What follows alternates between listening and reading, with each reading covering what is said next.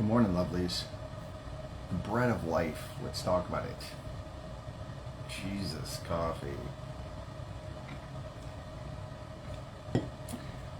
So this morning, I want to talk about a passage in John 6 following the Jesus feeding the 5,000. And I want you to see a couple things here. So when we say that Jesus is the bread of life, the context of this passage that we're going to read is this is post Jesus feeding the 5,000.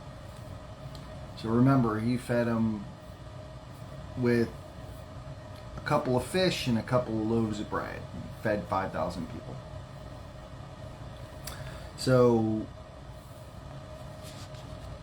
he goes on from John 6. So this all takes place in John 6. The passage that's talked about is verses 22 through 40.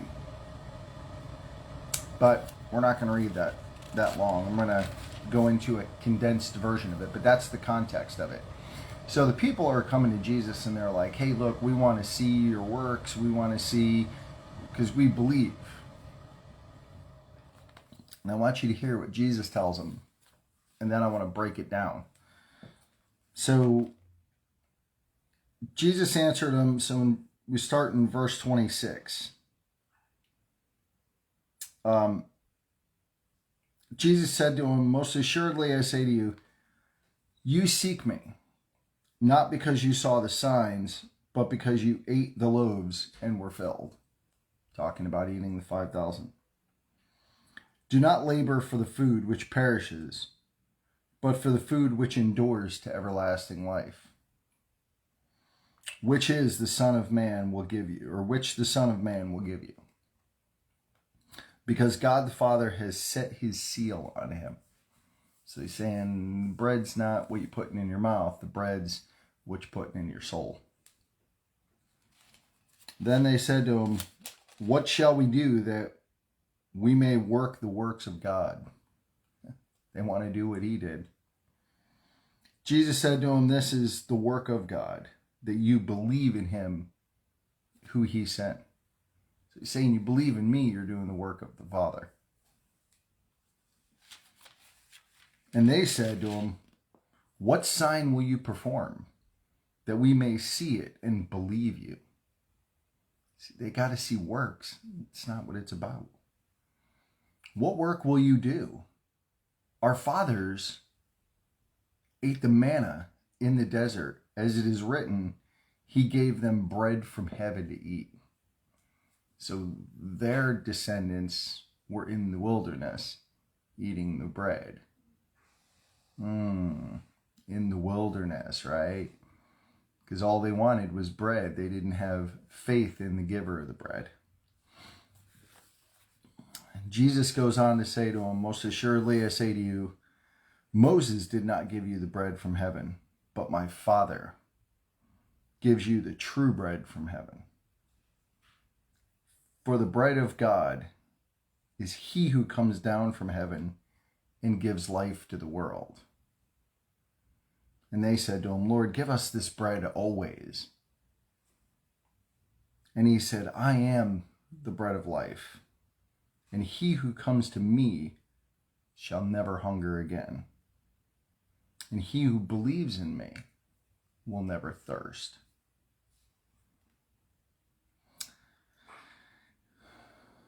And they said to him,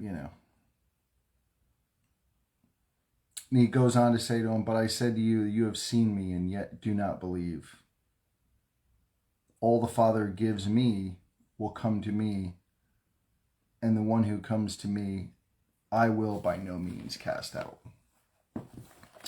So, a lot there. First of all, he said that, they wanted signs. They wanted signs and works in order to believe. They got manna from heaven. Just the context in the manna from heaven, when they were in the wilderness, there was bread on the ground, bread from heaven on the ground every morning, and they can only collect what they can eat that day.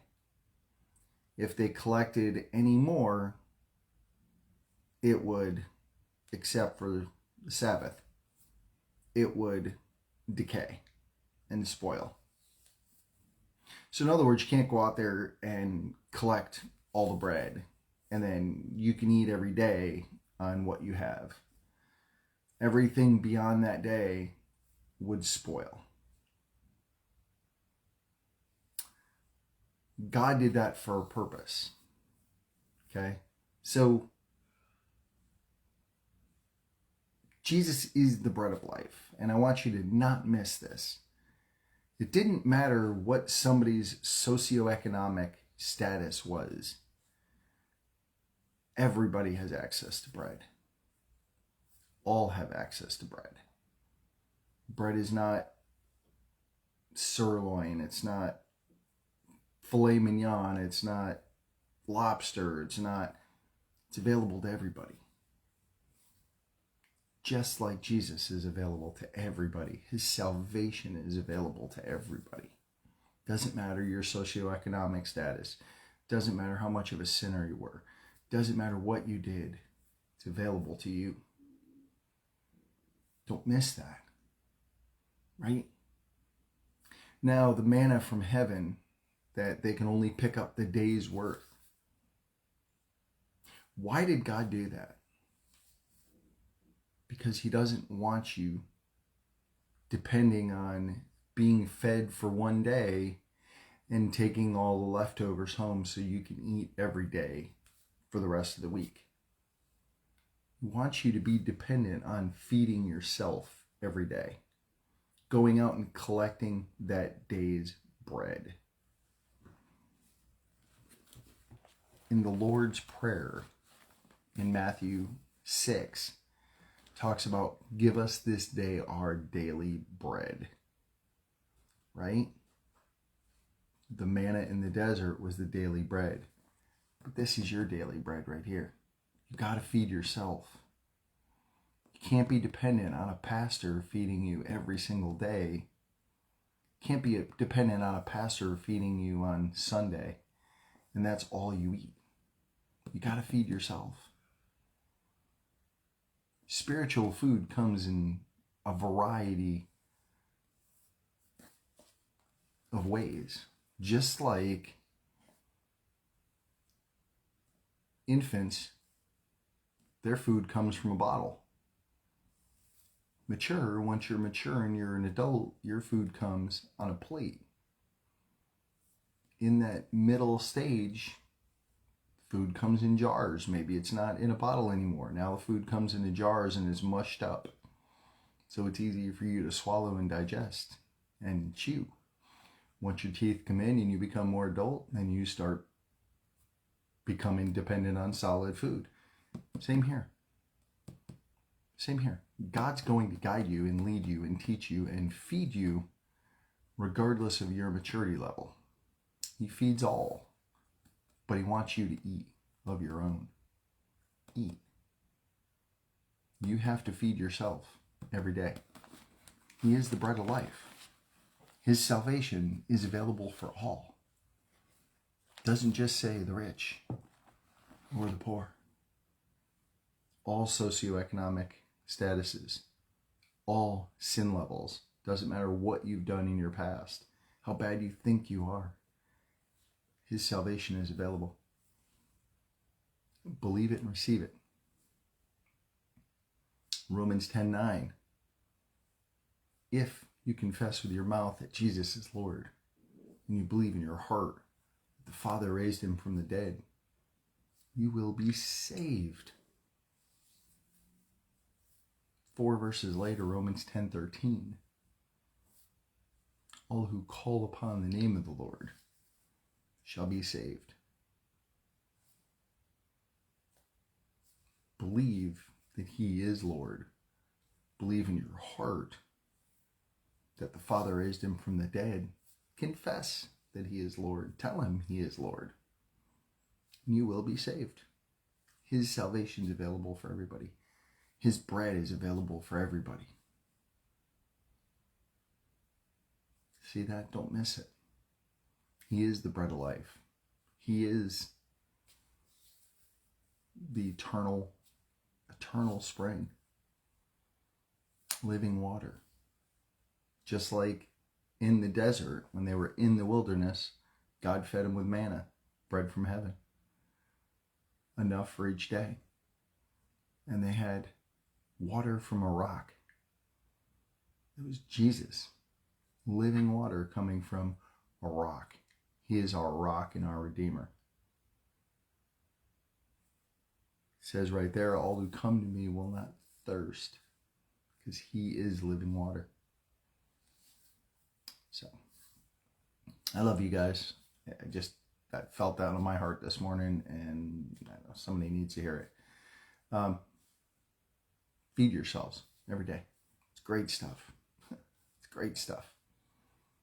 66 books written by 40 different men that have over some stupid amount, like 40,000 crossovers, reference like scripture crossovers. It can only be written by the hand of God. It can only be. That was all done by one guy. They would have said, man, what a master. Whoever did this was a masterpiece. 66 books, 40 authors, over a span of 1,500 years, and all tell one story, one main character, and his name is Jesus, and he's my best friend. Let him be yours. So, I love you guys. He loves you like crazy.